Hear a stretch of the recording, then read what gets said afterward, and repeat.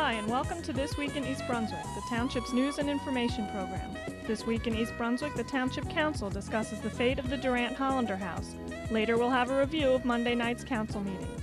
The volunteer fire companies wrap up Fire Prevention Week with an open house and informative demonstrations at the Old Bridge Volunteers Firehouse. East Brunswick's Director of Consumer Affairs, Adrian Eisner, highlights Halloween safety tips, and Peggy Ballister-Howells plants for winter. East Brunswick is observing Drug-Free School Week along with the state of New Jersey. We'll hear from Dr. Joanne Magistro, the Assistant Superintendent of Student Services, who spoke last spring about the town's efforts for a drug-free generation. But first, here's a look at what's coming up next week on Channel 8.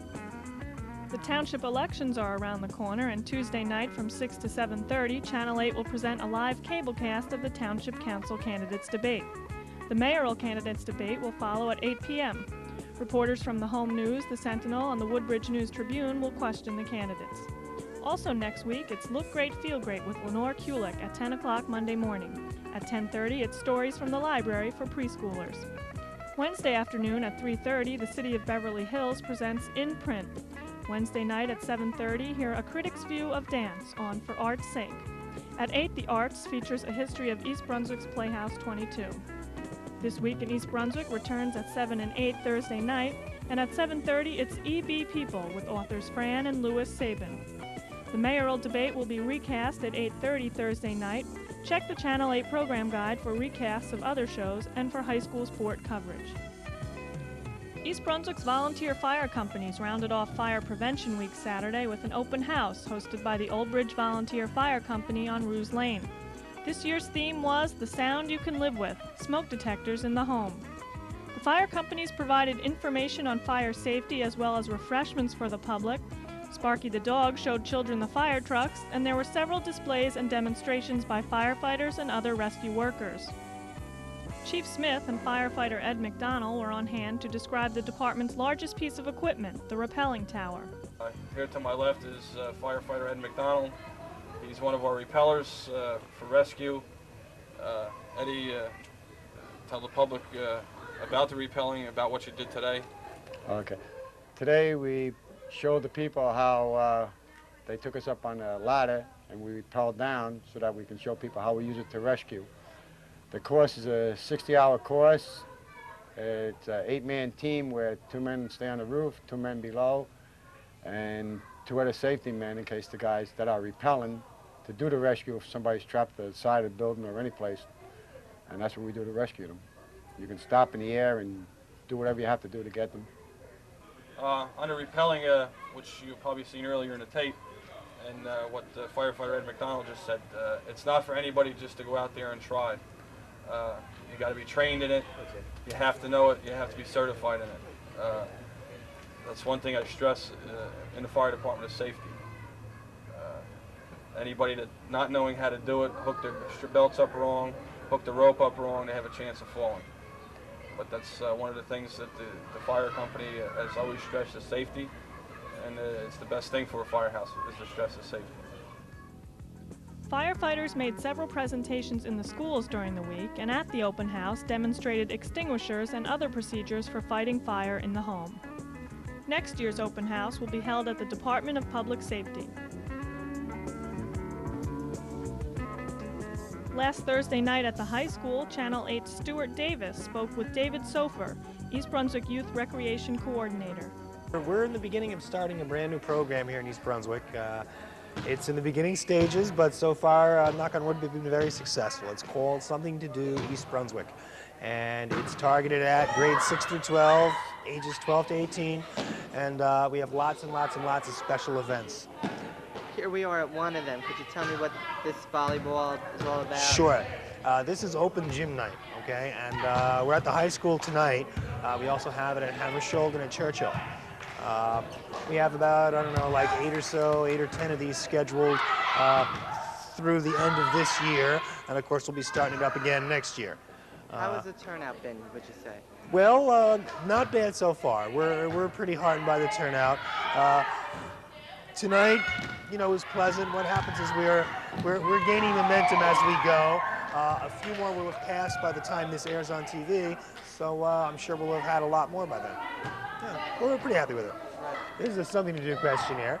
And we have about 60 items on here that we thought of that we thought would be fun to do, like whitewater rafting, tubing, trips to Seaside Heights, trip to Great Adventure, Broadway shows, shopping trips, you name it, we have it on here.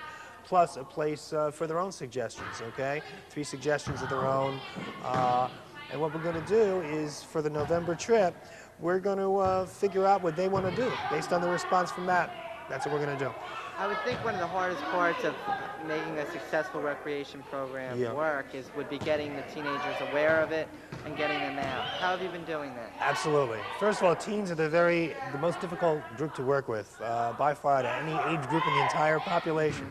But what we've been doing press releases in the local papers. They've been very cooperative. These flyers, of course, that we've distributed through the schools. Thank you to all the school ladies in the offices. We have started our own mailing list based on those who have shown up so we can contact them for future events. And, of course, posting things around town. I just want to, in closing, just throw a remark out to everybody. The success of the program really, of course, it depends partially on all us at the rec department, but mostly it depends on everybody who comes and enjoys the event. And the more people who come, the more events we can do, and the bigger and the better the events can be. So we ask everybody to come and join us and have a great time with us. Great. That's all the right. bottom line. Thanks a lot. I appreciate it. Hi, I'm John Migliar of Sports Talk, reminding you that if you want to see the very best in East Brunswick High School football, soccer, wrestling, basketball, gymnastics, then Channel 8's the place to be. So tune in and join us. This week is Drug-Free School Week in New Jersey. Last March, in an effort to make East Brunswick a drug-free community, the Department of Public Safety established drug-free school zones. At that time, Channel 8's Stuart Davis asked Assistant Superintendent Dr. Joanne Magistro to explain the purpose of these zones. Drug-free zones are areas within 1,000 feet of any school. We have 11 schools in the district. And as you can see, when you look within 1,000 feet of any school, it takes up pretty much a great portion of the East Brunswick community, which is good.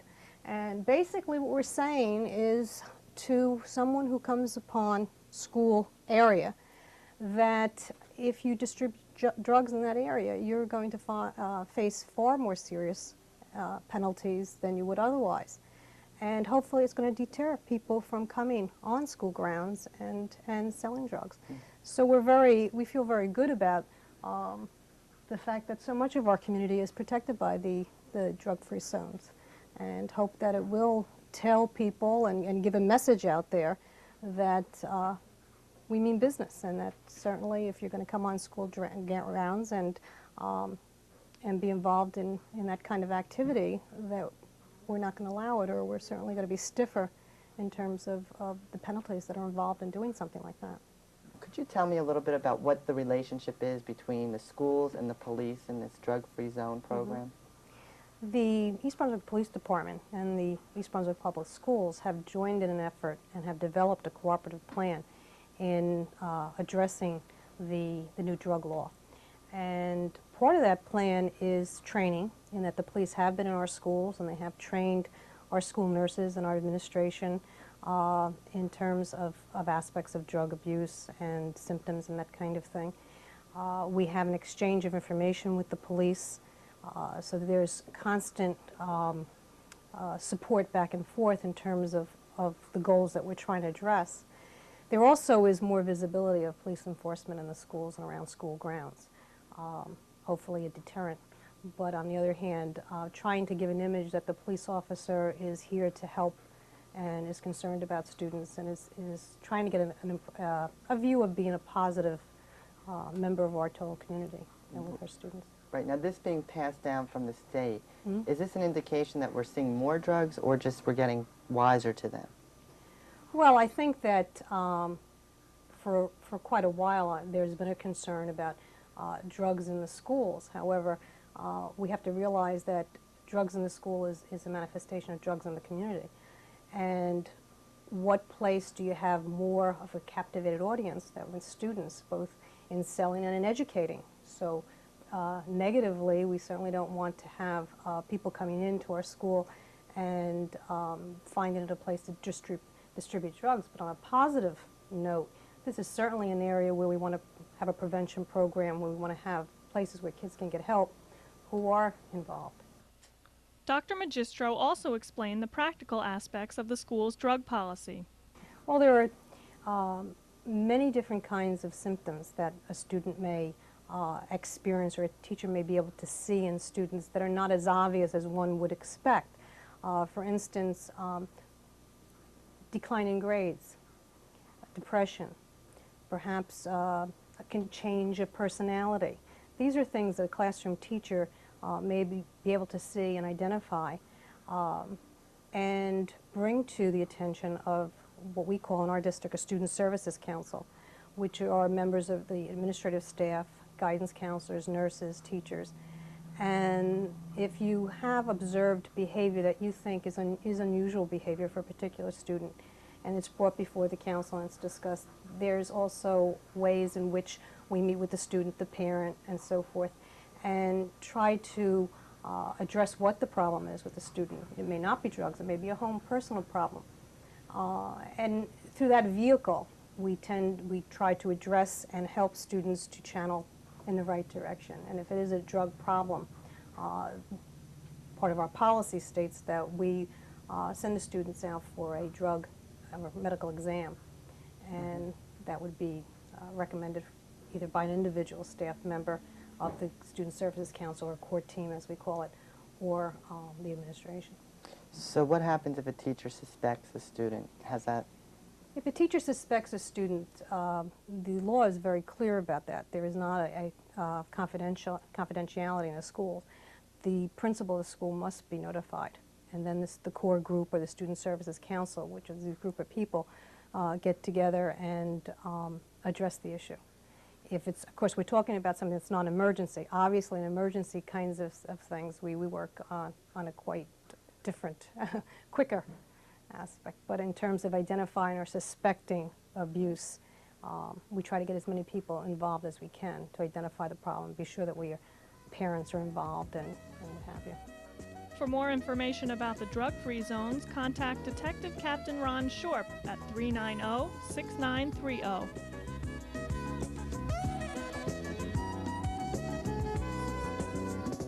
Hi, I'm Dolly Vasta with your Arts Update, and I just wanted to remind all of you not to forget that the Playhouse opens its 8th season this year, and it's the 30th anniversary of the East Brunswick Community Players with that wonderful Rodgers and Hammerstein musical, Carousel, and it's being directed by Jillian Tabbe. It opens this Friday night, October 14th, and runs through November 13th. Runs Friday, Saturday nights, 8:30, and Sunday matinees at 3 o'clock.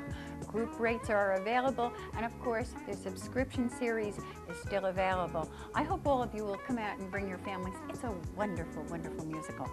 Now, before I leave that, I would like to go over to the foreign film series that the East Brunswick Arts Commission, the Playhouse, the library, and the Friends of the Library are all sponsoring this year. It's our 88-89 series, and it really is a dynamite series.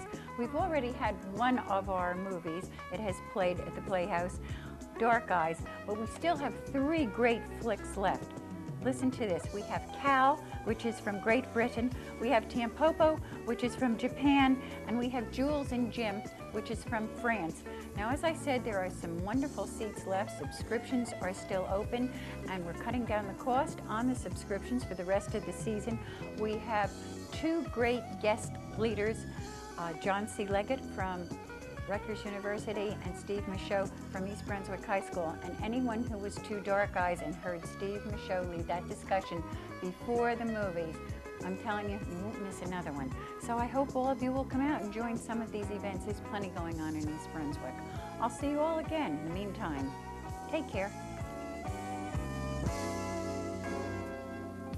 Hi, I'm Stuart Davis for This Week in East Brunswick, and today I'm here with Recreation Manager Karen Burke to talk about an exciting trip you have planned Saturday for teenagers in this township. Karen, will you tell us about it?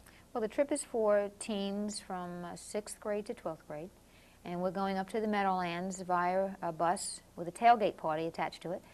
The cost of the trip is $14, and that includes transportation, your ticket, and we provide lunch. And we're leaving the recreation center right here in the municipal complex at about 9:30 in the morning. Right. So we still have some seats open and available, and you're coming too, Yes, I'm because you're coming. going to do some. I'll be taping for Some 18 photos, for our right? next show, which is going to be about the recreation department and what programs the township provides for teenagers. And I am looking forward to it because it is a really good. It's Rutgers versus Army. Right, Rutgers versus Army. It's an exciting game. It should be a lot of fun, and I would hope so. it'll bring back memories of college when we used to tailgate. I went to the University of Delaware, and we would tailgate. That was the concept behind it, and we just thought it would be something neat for our young people to do, and the halftime ceremonies are beautiful because of the Army and so on and so forth. So this was what we were able to provide, and it's a really good deal, so I'd like to invite you to come on out. Call the rec office, come on down, pay your $14 and go and have a good day. Jerry Yonchek and David Sofer will be there and as the advisors, so come on ahead and bring those questionnaires and surveys. We need that information to program for you. Right. See you on Saturday. Yeah, okay. We'll see you there. I'll be there with the crew from Channel 8 from 18. I appreciate that. And I'm looking forward to it, so I hope you guys are too. And thanks a lot, Karen. Use it as a point of getting information from our young people. I will. Okay? Take care. Hi, this is Peggy Ballister-Howells, your Middlesex County agricultural agent. And I'm next to the plant that attracted the most interest in my garden this year. It's called Ornamental Cabbage. And one of the things that really surprised me is we planted it here this time last year. It survived the winter. It came back in the spring. And since it survived the winter, that indicated it was very cold tolerant. I didn't expect it to be able to tolerate the heat too. One of the problems at this time though is it's beginning to go to seed. It's beginning to send up a flower out of the center, and it also is covered in little aphids. Now the aphids aren't a problem, they could be controlled chemically, but once it goes to flower you can't stop that. So I'm going to pull this one out.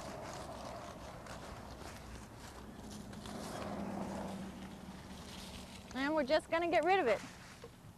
And in its place, I'm going to plant some new ones. And these will be beautiful well into December, maybe even later than that. And we have two different kinds. We have a white variety and we have the red variety. Now you do have to watch out about cabbage loopers because these will get on these too. But they'll be pretty almost all winter long. We'll see you here next week in my garden.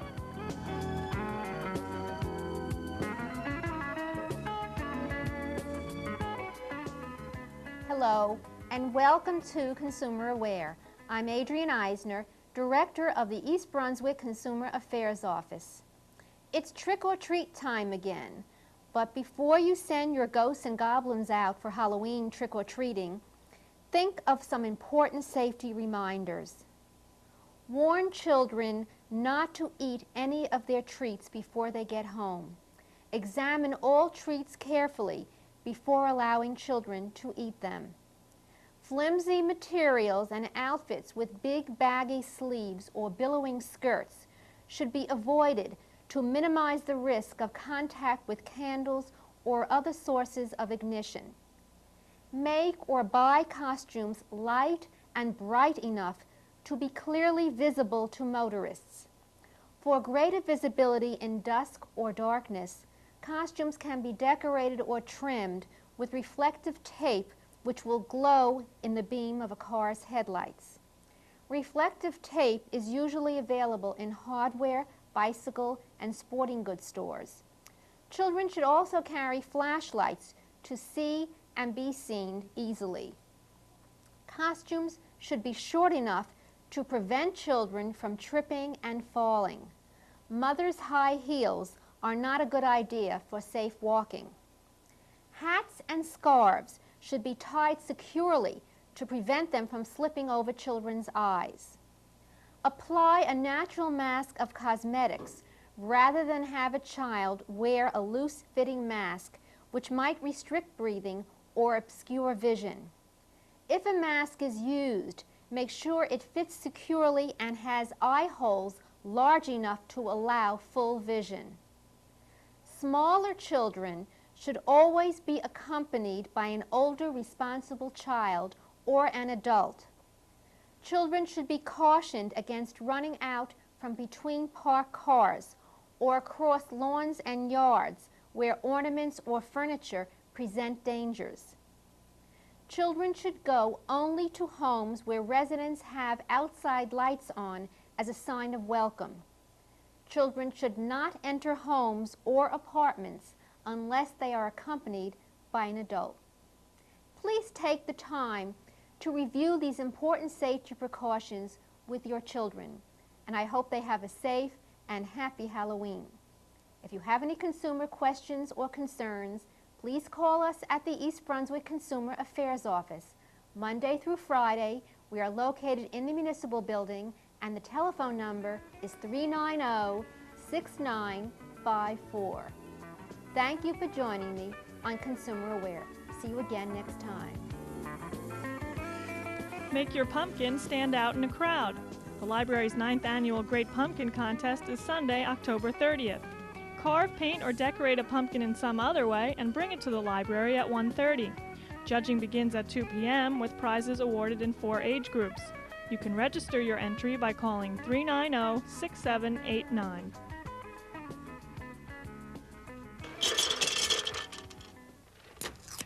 Alcohol can have a bad influence, especially on an unborn child. The Association for Retarded Citizens warns that drinking during pregnancy can cause birth defects and mental retardation, conditions which last a lifetime. You can't drink to your baby's health. For more information on how you can prevent mental retardation, call the ARC. The fate of the Durant Hollander House on Dutch Road remains uncertain after Monday night's council meeting. The house was built in the Civil War era and is presently owned by the New Jersey Turnpike Authority. It's scheduled to be demolished as part of the widening project. The only way preservationists can save the house is by proving its historical significance, and they asked the council to declare the building historical on the town's master plan. The council unanimously agreed to ask the planning board to consider the request. The second request from the group of East Brunswick residents, who call themselves the Preservation Coalition of New Jersey, was a $25,000 bond. Superior Court Judge Erminie Conley had said the group must offset the cost of security around the building, which the Turnpike Authority says is structurally unsound. The East Brunswick Council rejected the bond request. According to attorney Bertram Bush, the council could only post the bond if there was some emergency there which threatened the health and welfare of the community. The preservationists have since missed the court-ordered deadline for the bond, despite receiving a loan from an unidentified person late yesterday afternoon. Also during Monday's action meeting, the council approved on first reading an ordinance requiring all housing developers in the township to submit radon test results prior to obtaining certificates of occupancy. East Brunswick has been especially hard hit by the hike in public employees' health coverage premiums. The industry average increase was about 35%, but East Brunswick will be charged 46% by Connecticut General. Assistant Business Administrator Lynn Shepard pinpointed the recent run of serious illnesses in town as the cause. In reaction to Councilman Louis Becker's sudden death, attorney Bertram Bush explained the procedure for replacing a councilman. The Republicans may install a new person or wait for the November election. They have 30 days to decide. During the agenda meeting, Finance Director Lou Neely revealed a new plan that should raise bond money for the township more efficiently. This plan will save the township broker commissions, allow smaller investors to benefit from tax-free bonds, and will directly target a market interested in tax-sheltered investments. That's all for this week. Be sure to tune in next week for highlights of East Brunswick's 11th annual 10-kilometer run.